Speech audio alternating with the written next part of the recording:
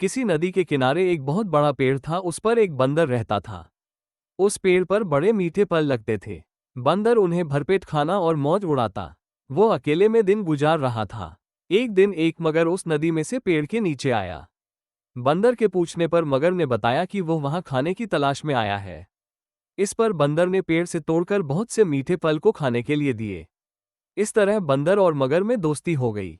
अब मगर हर रोज आता और दोनों मिलकर खूब फल खाते। बंदर भी एक दोस्त पाकर बहुत खुश था। एक दिन बात में मगर ने बदरको को उसकी एक पत्नी है जो नदी के उस पार उनके घर में रहती है। तब बंदर ने उस दिन बहुत से मीठे फल मगर की उसकी पत्नी के लिए साथ से जाने के लिए दिए। इस तरह मगर रोज जी भरकर ऐश खाता और अपनी पत्नी के लिए भी लेकर जाना।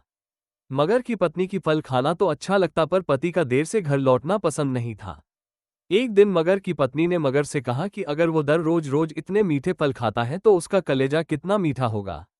मैं उसका कलेजा खाऊंगी। मगर ने उसे बहुत समझाया पर वो नहीं माने। मगरमच्छ दावत के बहाने बंदर को अपनी पीठ पर बैठाकर अपने घर लाने लग। नदी बीच में उसने पसंद को अपनी पत्नी की कलेने वाली बात बता दी। इस पर पसंद कहा कि वो अपना कलेजा पेड़ पर ही छोड़ आया है। वो उसे हिफाजत से पेड़ पर रखता है, इसलिए उन्हें वापस जाकर कलेजा लाना पड़ेगा। मगर बंदर कस के पास ले गया। बंदर छलांग मारकर पेड़ पर चढ़ गया। उसने हंसकर कहा कि जाओ मूर्खता पर जाओ और अपनी पत्नी से कहना कि तुम दुनिया के सबसे बड़े मूर्ख हो। भला कोई भी अपना कलेजा रख सकता है। बंदर की इस समझदारी से हमें पता चलता है कि मुसीबत के वक्त हमें कभी धैर्य नहीं खोना चाहिए।